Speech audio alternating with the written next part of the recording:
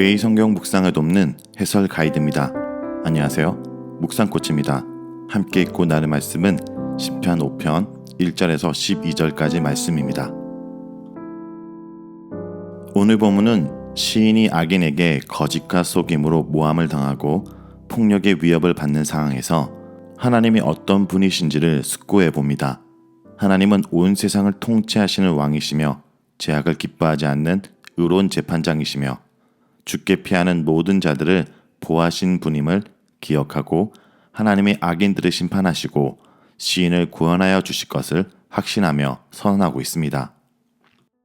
그럼 1절에서 3절을 읽겠습니다.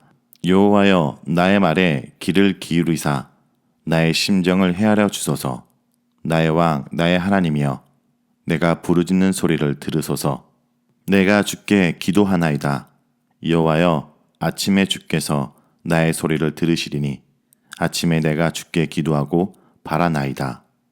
시인은 마음속에 주체할 수 없는 괴로움을 품고 하나님 앞에 나옵니다. 그는 세 개의 명령형 동사를 병행하여 하나님께 간구합니다. 말에 귀를 기울이시고 심정을 헤아려 주시고 부르짖는 소리를 들어달라라고 말합니다. 하나님께 자신의 말뿐만 아니라 말로 다 표현할 수 없는 마음속에 터져나오는 탄식 소리를 헤아려 주시고 부르짖음을 들어주시길 간구합니다. 이때 시인은 하나님을 나의 왕, 나의 하나님이라고 부릅니다. 이는 하나님의 모든 것을 다스리고 계신다는 것에 대한 신앙 고백이며 또한 고대 사회에서 왕이 재판장이었으므로 하나님께서 의롭게 재판하실 것에 대한 확신의 표현입니다. 그는 모든 것을 다스리시고 의롭게 재판하실 진정한 왕이신 하나님께 자기 사정을 아뢰입니다. 시인은 아침에 주께 내 기도를 들으실 것이므로 아침에 기도하겠다라고 말합니다. 아침이라는 표현이 아침 제사 시간이거나 구원을 간구하는 시인의 열렬함에 대한 표현일 수도 있으나 아마도 어두운 고통의 시간이 물러가고 구원의 빛이 밝아오는 시간을 말하는 것으로 보입니다. 하나님께서 구원의 시간에 그의 기도를 응답하실 것을 기대하며 시인은 주를 기다립니다. 이어서 4절에서 7절은 악을 혐오하는 하나님의 성품에 대한 내용입니다.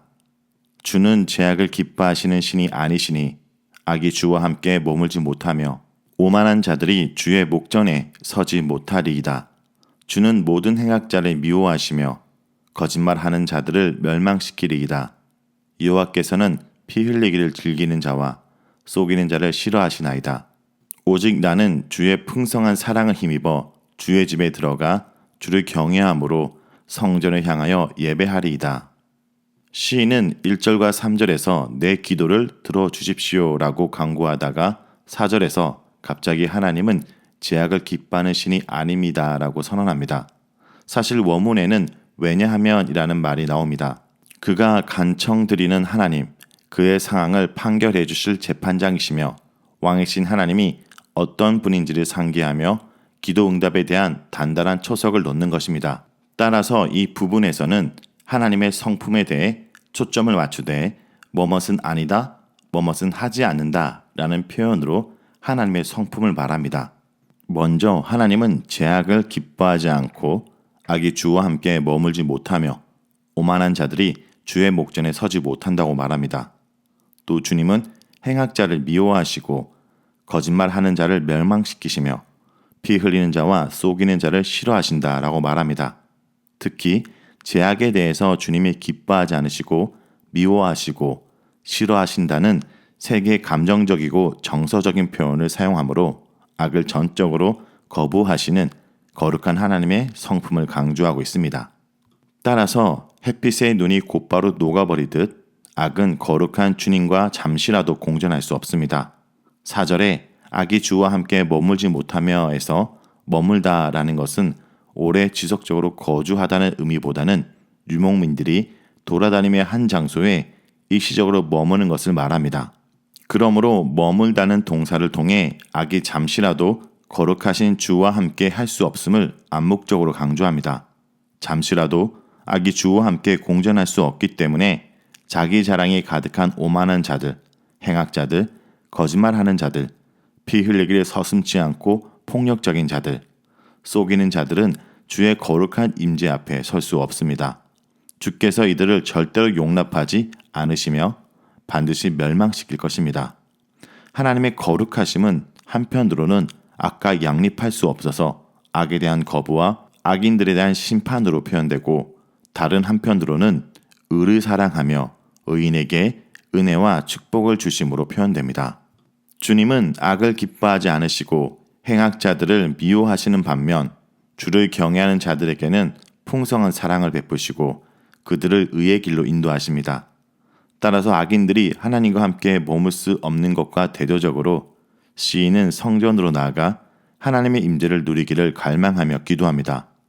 성전을 향하여 예배한다는 것은 주님의 가장 친밀한 임재의 장소인 지성소를 향한다는 것이므로 예배 대상이 지성소가 아니라 지성소에 임재하신 주님이십니다. 악인들이 죄악으로 인하여 하나님의 임재를 누릴 수 없다고 해서 시인이 자기의 의와 선함으로 하나님 앞에 나아갈 수 있는 것은 아닙니다. 인간은 어느 누구도 자신의 의와 행위를 힘입어 하나님 앞에 설 수 없습니다. 죄악을 기뻐하시지 않는 하나님, 의로운 재판장 앞에 무죄 판결을 받을 수 있는 사람은 아무도 없습니다. 따라서 시인은 하나님의 풍성한 사랑을 힘입어 하나님의 임재로 나아갑니다. 하나님의 임재로 나아가는 것은 오직 그 백성을 향한 하나님의 은혜와 언약적인 사랑에 의해서만 가능합니다. 하나님의 언약적 사랑 안에서는 그의 백성의 죄가 사함받을 수 있는 길과 방도가 예비되어 있음을 시인은 알고 있습니다. 풍성한 사랑을 힘입어 주의 임재로 나아간 시인은 주를 경외함으로 예배하겠다고 말합니다. 8절에서 12절은 악인을 향한 심판과 의인을 향한 보호입니다. 여호와여, 나의 원수들로 말미암아 주의 공의로 나를 인도하시고 주의 길을 내 목전에 곧게 하소서. 그들의 입에 신실함이 없고 그들의 심중이 심히 악하며 그들의 목구멍은 열린 무덤 같고 그들의 혀는 아첩하나이다. 하나님이여, 그들을 정죄하사 자기 죄에 빠지게 하시고 그 많은 허물로 말미암아 그들을 쫓아내소서. 그들이 주를 배역함이니이다. 그러나 주께 피하는 모든 사람은 다 기뻐하며 주의 보호로 말미암아 영원히 기뻐 외치고 주의 이름을 사랑하는 자들은 주를 즐거워하리이다. 여호와여, 주는 의인에게 복을 주시고 방패와 같은 은혜로 그를 호위하시리이다. 하나님의 풍성한 사랑으로 주의 임재 앞에 나가게 됨을 확신한 시인은 이제 원수에 대해 초점을 맞추어 기도합니다. 원수들은 시인을 지켜보며 그를 해할 기회를 호시탐탐 노리고 있었습니다. 시인은 주의 의로 인도해 주시고 주의 길을 곧게 해 주시기를 기도합니다. 이는 주님의 의로우심을 드러내어 호시탐탐 노리고 있는 원수에게서 구원해 주시고 주를 경외하는 삶을 살게 해 주시도록 간구하는 것입니다. 8절에 언급한 시인의 원수에 대해 9절은 구체적으로 설명합니다. 그들의 말은 전혀 신뢰할 수 없고 속마음은 파멸과 파괴적인 것으로 가득 차 있습니다. 그들은 사람들을 중상모략하여 모든 멸망과 죽음에 이르게 합니다. 그들의 마음과 입에서 나오는 것은 모두 멸망과 죽음의 도구들입니다. 시인은 원수들을 정죄하시고 그들이 세운 파괴적인 함정에 그들 스스로가 빠지게 해달라고 하나님께 간구합니다. 그리고 그들이 많은 죄악을 행하였으므로 그들을 하나님의 백성 공동체에서 쫓아내시기를 기도합니다. 이 시인의 원수는 단지 시인 개인의 원수가 아닙니다. 의로운 자를 해치는 것은 곧 하나님을 공격하는 것이요 하나님께 대한 반역입니다. 10절에 주를 배역하는 자들과 11절에 주께 피하는 자들이 대조됩니다.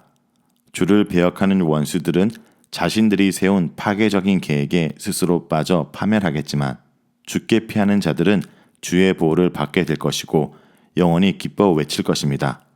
주께 피하는 자는 주를 의지하는 자요 주께 자신의 전 존재와 미래를 맡기는 자입니다.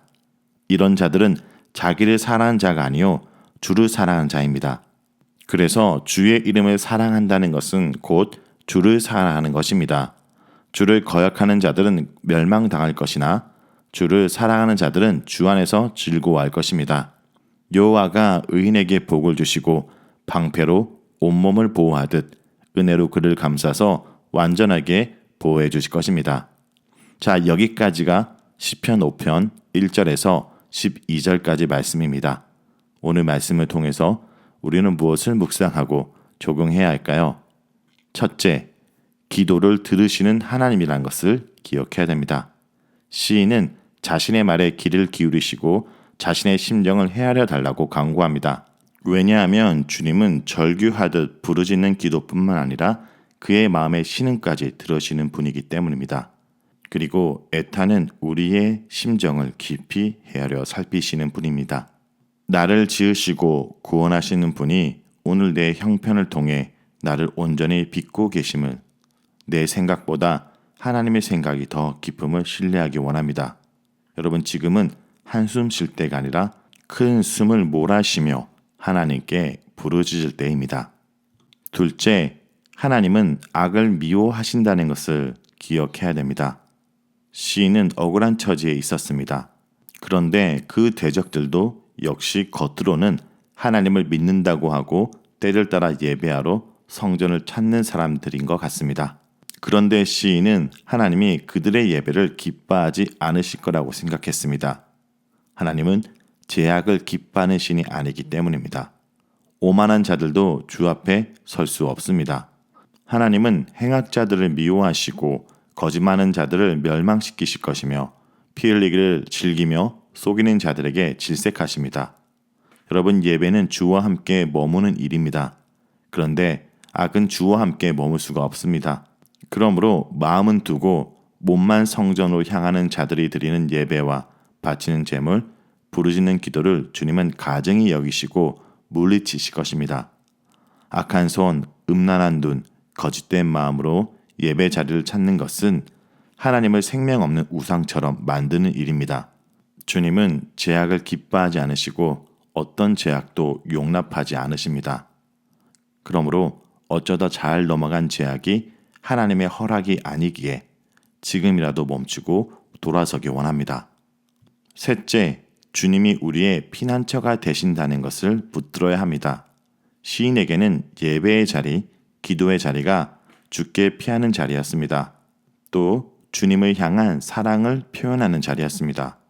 시인은 자신의 간구가 응답될 것을 알고 이미 기뻐하였습니다. 그 기쁨은 아무도 빼앗을 수 없는 영원한 기쁨이 될 것이라고 믿었습니다. 여호와께서는 그렇게 당신을 사랑하고 의지하고 경외하는 자들, 즉 의인들에게 복을 주시고 은혜의 방패로 지켜주실 것을 신뢰했습니다.